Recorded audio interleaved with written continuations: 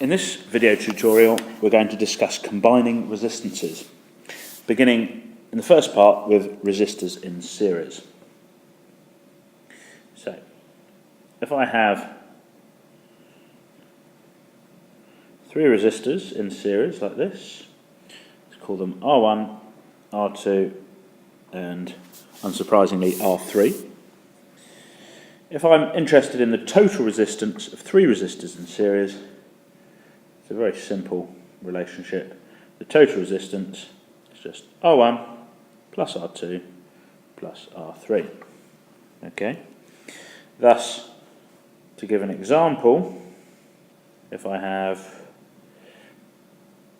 let us say 100 ohms, 50 ohms, and 200 ohms, the total resistance would be R1 plus R2 plus R3, which in this case is 100 plus 50 plus 200 makes 350 ohms. Quite simple for resistors in series. Now we'll move on to the case with resistors in parallel. And I'm going to have three resistors in parallel. We're going to have R1, R2, and unsurprisingly, R3.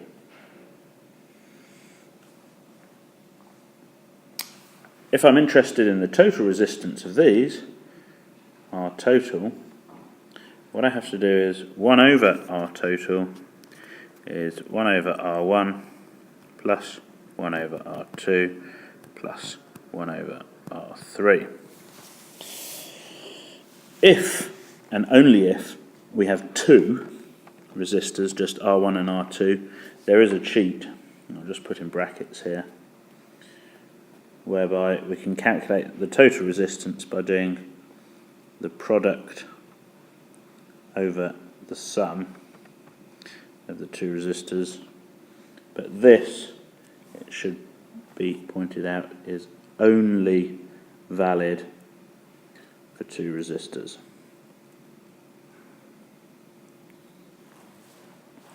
Let's do an example.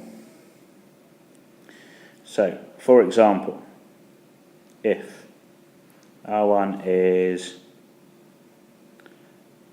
8 ohms, R2 is 4 ohms, and R3 is, let's say, 2 ohms, then 1 over R total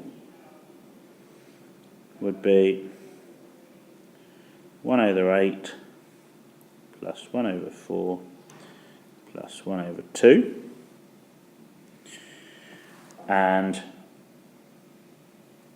with a little bit of maths there, we can say that R total would therefore be 1 over 7/8, or indeed 8/7. But of course, we wouldn't put that, we would never leave it as a fraction. We would always calculate it to an appropriate number of significant figures. And not forgetting the units, ohms.